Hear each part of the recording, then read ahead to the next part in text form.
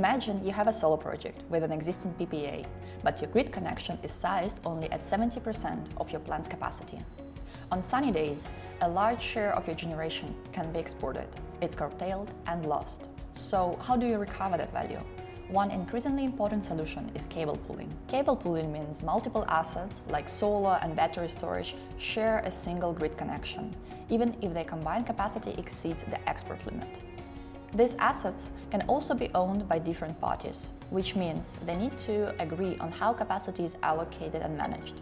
Instead of building a new connection, assets optimize around the one they already have.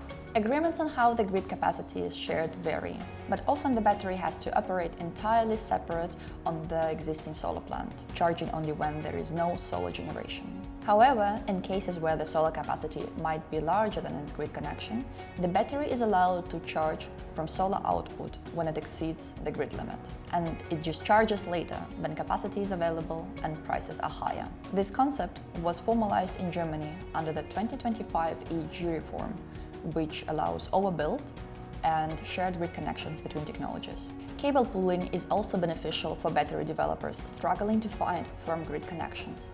It provides an alternative to flexible connection agreements, which often enforce dynamic curtailment rules and trading constraints.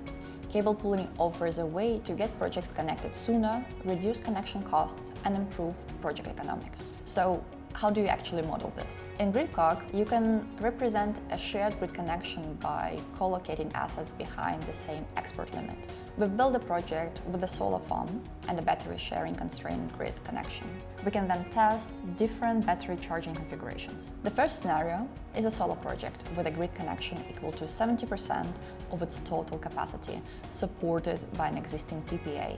The second scenario is the solar and battery co-located project, where the BESS asset is fully independent from the existing solar, meaning it cannot charge from it at all.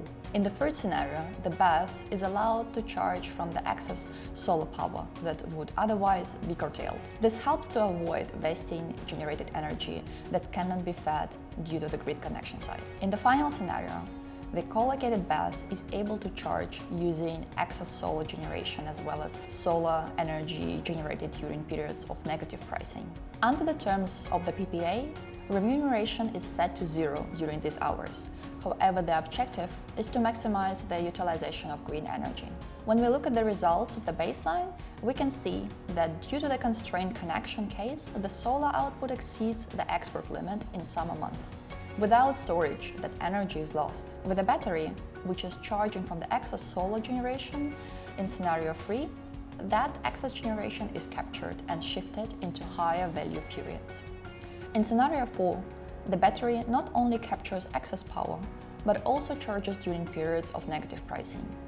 Under our assumed commercial setup, this energy would otherwise have been curtailed.